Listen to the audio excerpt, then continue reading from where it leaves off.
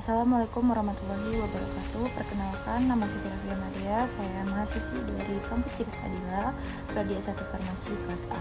NIM saya 2024062117. Di sini saya akan menjawab pertanyaan UTS dari matkul kewarganegaraan, yaitu dosen pengampu saya dari Bapak Ahmad Daro SOS MPI. Pertanyaan nomor 1 yaitu peran dalam menyikapi konsep ketahanan nasional di bidang pendidikan. Sebagai mahasiswi, saya memiliki peran penting dalam pendidikan ketahanan nasional di bidang pendidikan. Saya menyadari bahwa pendidikan adalah fondasi utama dalam membentuk karakter dan daya saing bangsa dengan rajin belajar, berpikir kritis, serta mengembangkan wawasan kebangsaan. Saya turut berkontribusi menjaga stabilitas nasional dalam situasi apapun. Saya berusaha menanamkan nilai-nilai kebinekaan, cinta tanah air, dan semangat persatuan kepada teman-teman saya. Pendidikan bukan hanya tentang nilai akademik, tetapi juga tentang membangun moral dan tanggung jawab sosial sebagai warga negara Indonesia. Yaitu pertanyaan nomor 2. Wawasan kebangsaan dalam skala nasional dan daerah. Wawasan kebangsaan adalah cara pandang yang menyeluruh terhadap bangsa Indonesia sebagai satu kesatuan secara nasional. Wawasan ini mendorong kita menjaga keutuhan NKRI, menghargai persatuan dan perbedaan suku, budaya, dan agama. Di tingkat lokal, saya mencoba memahami dan mencintaan daerah saya, kabupaten ataupun kota. Saya di Provinsi Lampung dengan aktif terlibat dalam kegiatan masyarakat mengenali budaya lokal, serta ikut menjaga keamanan dan kebersihan lingkungan. Dengan begitu, saya mampu menjadi jembatan antara identitas daerah dan nasional demi Indonesia yang utuh dan harmonis. Lalu pertanyaan nomor 3. Hak asasi manusia atau HAM dan perlindungan terhadap manusia dan anak. Hak asasi manusia adalah hak dasar yang melekat pada setiap manusia sejak lahir. Dalam konteks Indonesia, HAM dijamin dalam Undang-Undang 1945 dan Undang-Undang Nomor 39 Tahun 1999. Negara wajib melindungi seluruh rakyatnya, termasuk wanita dan anak-anak. Saya sangat mendukung adanya perlindungan terhadap hak-hak perempuan untuk mendapatkan pendidikan, perlindungan dari kekerasan, serta kesetaraan gender. Anak-anak juga perlu dijamin haknya untuk tumbuh dan berkembang dalam lingkungan yang sehat dan aman. Dengan menghormati dan memperjuangkan HAM, kita sedang membangun peradaban yang adil dan beradab.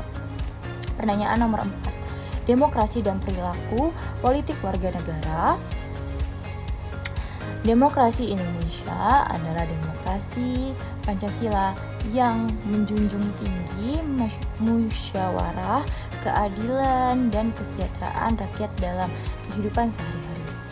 Dalam melibatkan demokrasi tercermin dari kebebasan menyampaikan pendapat dan keterlibatan masyarakat dalam pemilu. Sebagai warga negara, saya berusaha menggunakan hak politik saya secara bertanggung jawab. Misalnya dengan memilih pemimpin berdasarkan kualitas. Tekanan bukan dari uang ataupun tekanan. Perilaku politik yang baik adalah yang mencerminkan cintaan pada tanah air, menghormati perbedaan terdapat, dan mengutamakan kepentingan bersama.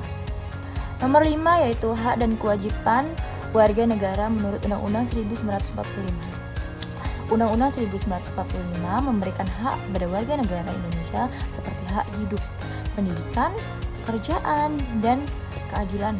Namun hak ini seimbang dengan kewajiban. Saya sebagai warga negara wajib menaati hukum dan membayar pajak serta membela negara. Dalam kehidupan kampus, saya menjalankan kewajiban belajar dengan sungguh-sungguh dan nama baik institusi, hak dan kewajiban harus berjalan dengan seimbang agar tercipta masyarakat yang tertib dan sejahtera. Pertanyaan nomor 6, pengertian negara. Pengertian negara. Negara adalah suatu organisasi tertinggi dalam suatu wilayah yang memiliki kekuasaan sah untuk mengatur kehidupan bersama. Negara memiliki unsur wilayah, rakyat, dan pemerintah yang berdaulat. Negara hadir untuk menciptakan ketertiban, keamanan, dan kesejahteraan bagi rakyatnya.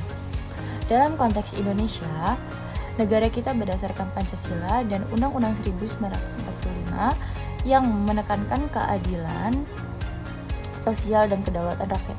Saya bangga menjadi bagian dari Negara Kesatuan Republik Indonesia yang menjunjung tinggi persatuan dalam keberagaman. Lanjut, pertanyaan nomor 7, yaitu tujuan bangsa Indonesia dalam pembukaan Undang-Undang 1945.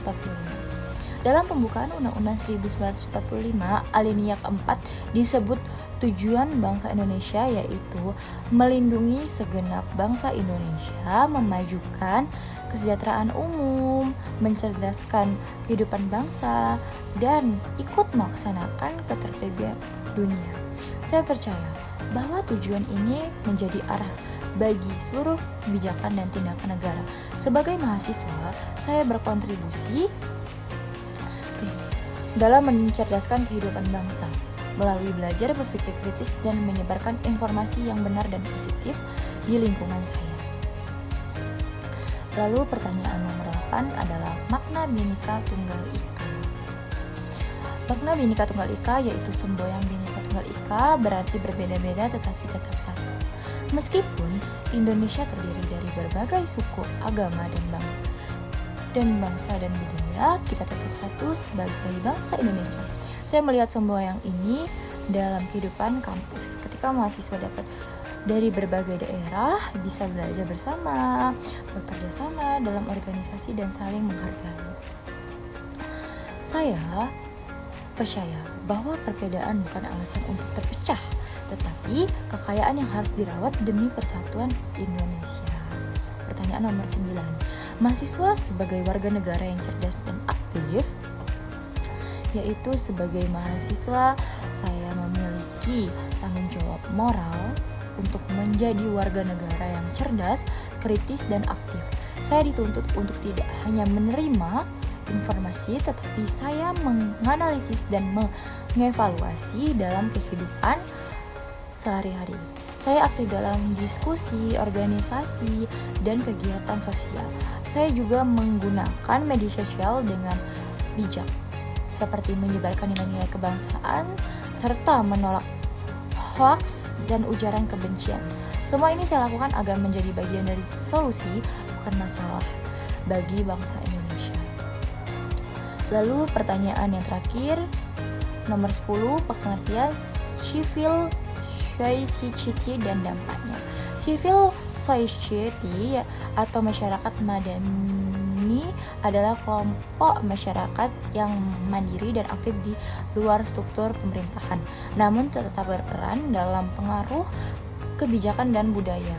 Contohnya adalah organisasi kemasyarakatan, komunitas literasi atau LSM, civil society yang kuat akan mendorong lahirnya budaya demokrasi, partisipasi dan kebudayaan sosial. Saya mendukung pertumbuhan masyarakat madani dengan ikut serta dalam kegiatan sosial dan komunitas yang berdampak positif bagi lingkungan. Dengan begitu, saya turut mendorong kemajuan budaya bangsa. Nah, itu saja pertanyaan nomor 10 sudah saya jawab. Dan itu saja yang bisa dapat saya sampaikan. Wassalamualaikum warahmatullahi wabarakatuh. Terima kasih.